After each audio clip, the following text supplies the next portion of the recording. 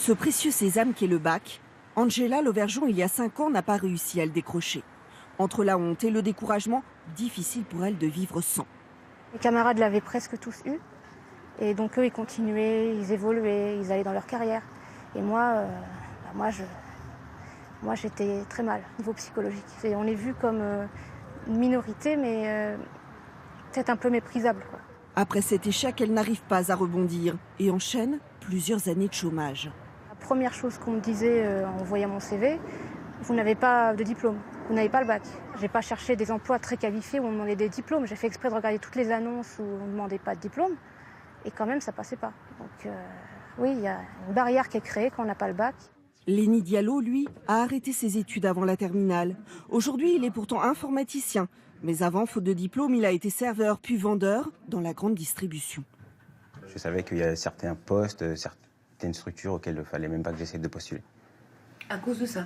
Bah oui, pour moi c'était t'as pas le bac. Enfin c'est l'image que l'école m'a donnée. C'est si t'as pas un bac, t'iras nulle part, tu seras limité à faire des petits boulots, etc. Sa chance, il l'a saisie en intégrant la Web Academy, une formation qui n'exige pas de diplôme pour de jeunes passionnés d'informatique.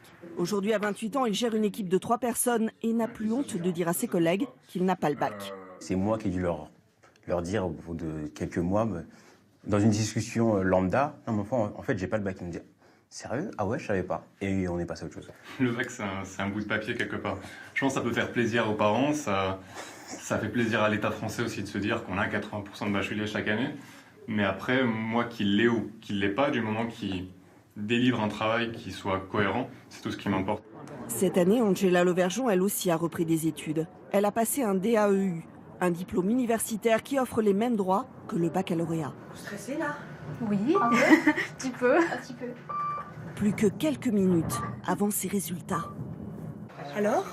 Je l'ai. Avec une mention. C'est vraiment le début d'autre chose. Voilà, on abandonne ce qui était mauvais et là on continue sur du positif. Avec ce diplôme, elle espère trouver un stage et obtenir une formation d'éducatrice spécialisée. Mes félicitations. Un objectif désormais à portée de main.